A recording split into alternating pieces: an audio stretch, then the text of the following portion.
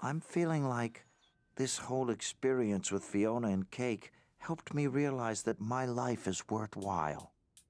I'm worried I'll forget that. You know, oftentimes people treat animation as if it's only for kids. And they're wrong. Animation is a medium of storytelling, and it's for everyone. Saying animation is only for kids is being moronic.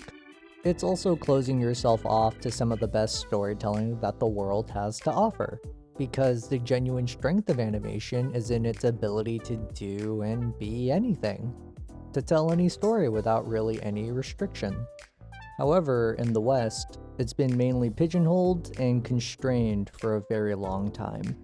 Most Western animated shows were forced to fit into two particular molds, for kids and for adults. The reason? It's how studios know how to market things, and evidently they do not think very highly of animation. It's why for a long time they never really tried to cater to this age area between kids and adults, that young adult, older teen audience. Because to them, they didn't see it as very profitable. They had no data points. And even when they did, they were quick to dismiss it. A lot of kids shows had more creative freedom to do and be weird and wacky. Of course, they were under constraints, but for all intents and purposes, they were much more creative and open in their storytelling than the adult animated side. For a long time, the adult animated side was stagnant. A lot of adult animated shows for the time were forced to fit into a very particular mold. Comedies. To be an adult animated show, it often felt like you had to feature something along the lines of alcoholism, sex, vulgarities, cursing, and just this general sense of resigned dissatisfaction with life. But it didn't always start off that way. When The Simpsons started airing in the early 90s, it was just parodying the average American family.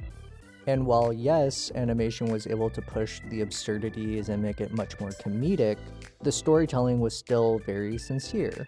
The characters were flawed, but believable. They genuinely cared. And The Simpsons' continued success would kickstart off this trend of the adult family sitcom. And that's why you see so many of them specifically. But as time moved forward, the adult animated space was hitting a new problem. This was kind of all that studios thought they could be: comedies. The adult animated space became more limited, and as time moved forward, those family sitcoms became flanderized and became more extreme. The stories, as a result, moved away from that sense of authenticity and that sense of being genuine. Shows and studios became less interested in telling meaningful stories. And instead, the shows kind of morphed to become just this thing that audiences could just sit in front of the couch and not necessarily need to engage with on a deeper level. Which is kind of antithetical to the entire point of artistic expression, but Whatever. Anyway. And it's important to note that they weren't all like this, but the vast majority did kind of fall into that rut. Like Futurama and Venture Bros are notable exceptions, but that's what they are. Exceptions. Also, Futurama kind of getting cancelled and then revived and then cancelled again kind of just illustrates the point here. And while the situation was fine for some, I think it's what led to most animation fans to look elsewhere for better stories. But what changed? What caused adult animation to spread out after being pigeonholed for so long? Well...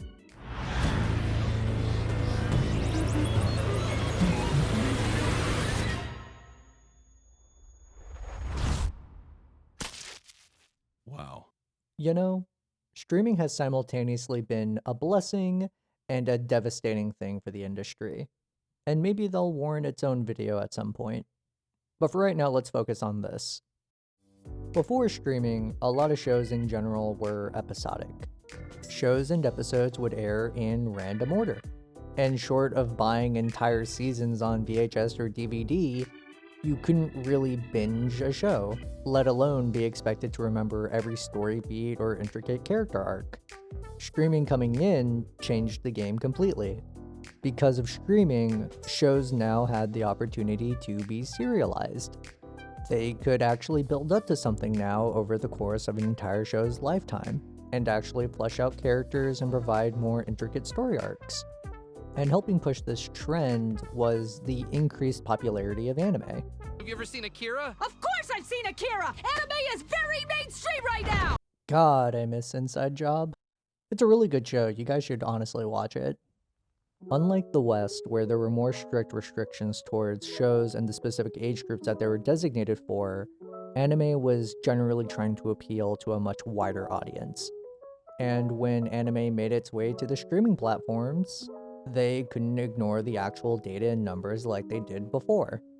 They now had the data to prove that there was a genuine big market for mature animated content. Meanwhile, back home, there were other shows that were popping up that were reaching incredible notoriety. There are two that I want to specifically highlight here: Bob's Burgers and BoJack Horseman. When Bob's Burgers first aired, it became an instant success. While the show was another animated family sitcom, it was different from its predecessors. The show was more wholesome in nature and didn't rely on being cruel or violent or any of the other hallmarks of being a quote-unquote adult animated show. Instead, the show was trying to portray its characters in a very sincere way. And this worked! Bob's Burgers was a smashing success! While Bob's Burgers' smashing success wasn't the thing that kickstarted all this, I think if you look at the timeline of things from when Bob's Burgers first aired in 2011, you'll start to notice that this is probably when the push started happening. Meanwhile, on the other side of the spectrum, we had BoJack Horseman. BoJack Horseman has a lot of the hallmarks of what people would consider when thinking about adult animated content. It had the sex, it had the alcohol, and it had the general malaise regarding life. However, unlike the adult animated shows that came before, these traits were here for a reason. Unlike other shows where the alcoholism was played for a laugh, BoJack's addictions weren't here to be cute.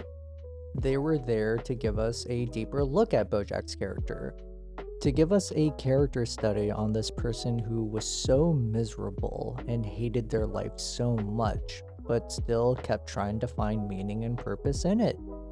This wasn't really a show that you could watch mindlessly. It was a show that demanded to be engaged with, to be looked at in a deeper, more critical way. It was probably the reason that BoJack Horseman became one of Netflix's most critically acclaimed shows to date. Everything was coming together, but I think there was one last element in this coming storm that helped push us to where we are today. These kids who grew up on anime and grew up watching these animated kids shows that handled their problems with more sincerity and creativity were now old enough to step into the industry. The new blood was coming into the industry, and they wanted to tell deeper and more meaningful stories. There are a lot of examples, but I'm going to pull up The Owl House specifically. The Owl House was one of Disney's most popular shows to date. It was handling more mature topics and themes with nuance. Ideas and themes such as identity, being LGBT, and of course seeing the problems in the society and structures we live in, and fighting against those problems. One of the listed reasons for why The Owl House was cut short from showrunner and creator Dana Terrace was because The Owl House's audience was skewing much older than what Disney intended. It was so popular that when the finale was airing, it was called the LGBT Super Bowl. People wanted to engage with a more diverse and deeper meaningful story, and they had to go to Disney of all places to get it. Crazy to think about, huh? But yeah, this culmination has kind of led us to this interesting wave that we find ourselves in currently. Adult animation is now more easily able to flex its wings and treat its stories with more sincerity and authenticity. And as a result, we've kind of gotten some of the best animated storytelling that we've seen in a very long time. And I think this tide has been affecting a lot of older shows as well. The Simpsons has recently received a lot of positive feedback on their latest seasons, after going through a creative slump in the past several years. it's become a revitalized name again after a fandom consensus low period in its life. And to be honest, it's making me excited. I really like the shows that we've been getting recently, and I hope there's more to come. The future is bright. Just look